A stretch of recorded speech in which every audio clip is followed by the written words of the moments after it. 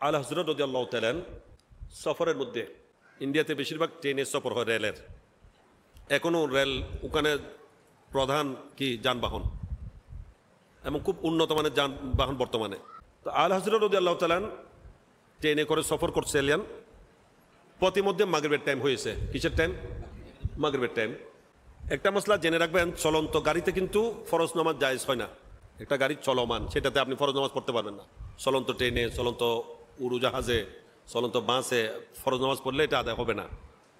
হ্যাঁ, জমাতের নামাজের সময় একেবারে চলে যাচ্ছে, সেই জন্য আপনি সময়ের অক্তের গুরুত্ব দিয়ে পড়লেও এটা পরবর্তীতে কিন্তু আবার আদায় করতে হবে। কথাটা বুঝে যাচ্ছে? এটা নফল নামাজ জায়েজ হবে।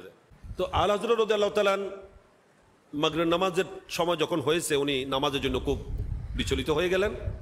দেখা গেছে ট্রেন একটা স্টেশনে গিয়ে থেমেছে।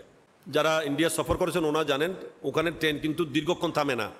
একটু থামতেই এই মানুষ একগুলো নামছে আরগুলো উঠছে, এত দূর সময়, এর মধ্যে আবার টান দেয়। তো ওই সময় হয়তো আর একটু বেশি সময় দিত, এরকম হতে পারে। আলা হযরত রাদিয়াল্লাহু তাআলা যখন স্টেশনে ট্রেন থেমেছে, আলা হযরত রাদিয়াল্লাহু তাআলা গিয়ে স্টেশনে নেমে নামাজ শুরু করে দিলেন। কি শুরু করে দিলেন? নামাজ। তবে ওনার নামাজ আমাদের নামাজের মতো না। আমরা তো এখন নামাজ পড়ি প্রতিযোগিতামূলক, কার আগে কে শেষ করতে পারি না। আলা হযরতের নামাজ অত্যন্ত সতর্কতার সাথে, ওনার নামাজ তো না, ওনার অজু পর্যন্ত এত সতর্কতার সাথে পালন করতেন। অজু করার সময়ও ফরজ তো অনেক উঁচুতে, কোনো সুন্নত, কোনো মুস্তাহাব উনি তরক যেন না হয় এবং কোনো মকরু কাজও যেন না হয়, সবগুলাকে লক্ষ্য রেখেই উনি অজু করতেন। যার কারণে ওনার অজু করতেও অনেক সময় লেগে যেত। সুবহানাল্লাহ, ইনার অজুর মধ্যে এত সতর্কতা ছিল।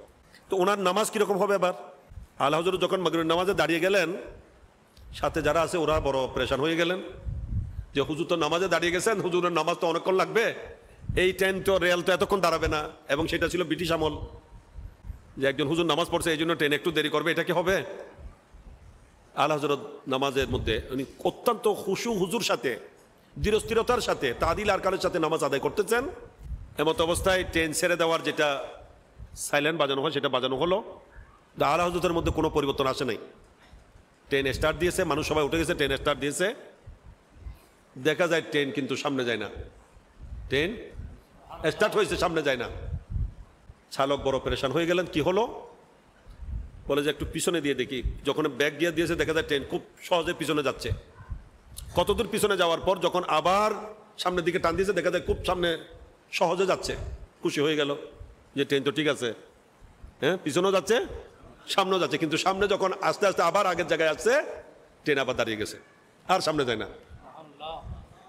আবার পিছনে দিয়েছে, আবার সামনে দেয়, এভাবে বারংবার চেষ্টা করছে, দেখা যায় না। ট্রেন পিছনেও যায়, সামনেও আসে, কিন্তু আলা হযরত বরাবর আসলে আর ট্রেন সামনে যায় না। অনেক চেক আপ করা হলো, মিস্ত্রি ডাকা হলো, ইঞ্জিনিয়ার দেখা হলো, সব কিছু করা হলো, কিছুতে কিছু হয় না।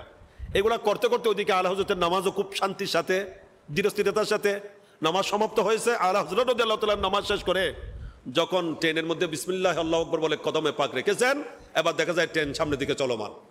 সুবহানাল্লাহ, ট্রেন যেন বলতেছে তুমি না চিনলেও আমি ওনাকে চিনি। আল্লাহর এই বান্দাকে রেখে, যিনি নামাজে দাঁড়িয়ে গেছেন, ইনাকে রেখে আমি সামনে যাব না। তুমি আমাকে পিছনে নিয়ে গেল, পিছনে যেতে রাজি, সামনে আসতে রাজি, কিন্তু ওনাকে ফেলে যাওয়ার জন্য আমি রাজি নাই। বরকত সুবহানাল্লাহ। এই দৃশ্যগুলো অবলোকন করছিল ইংরেজ স্টেশন মাস্টার, সে ছিল ইংরেজ। সে পুরো ঘটনা অবলোকন করেছে। এটা নিয়ে একটা হইচই পড়ে গেছে না। তখন সে মানুষদের থেকে জানতে চাইলো যে এই হযরতটা কোনখানের, ওনার বাড়ি কোথায়। উনি আলা হযরতের খবর নিয়ে, ওনার ঠিকানা নিয়ে পরের দিন সস্ত্রীক এসে আলা হযরতের হাতে হাত রেখে কলমা পড়ে মুসলমান হয়ে গেছেন। বরকত সুবহানাল্লাহ। যার বেলায়েতের ক্ষমতা বলে যে ট্রেনের মধ্যে চলে, ট্রেন যেটা আমরা হয়তো ওনাকে চিনি না, ট্রেন পর্যন্ত যাকে চিনে, এবং ইনার ইবাদত যতক্ষণ শেষ হয় না, উনি যতক্ষণ কদম রাখেন না, ট্রেন সামনে যাচ্ছে না ওনাকে ফেলে, ইনি আল্লাহর সত্যিকার বান্দা এবং ওনার দিন, ওনার ধর্মই হবে সঠিক দিন, আমি সেই ধর্মই গ্রহণ করবো। বরকত সুবহানাল্লাহ। ইনি হচ্ছেন আলা হযরত রাদিয়াল্লাহু তাআলা।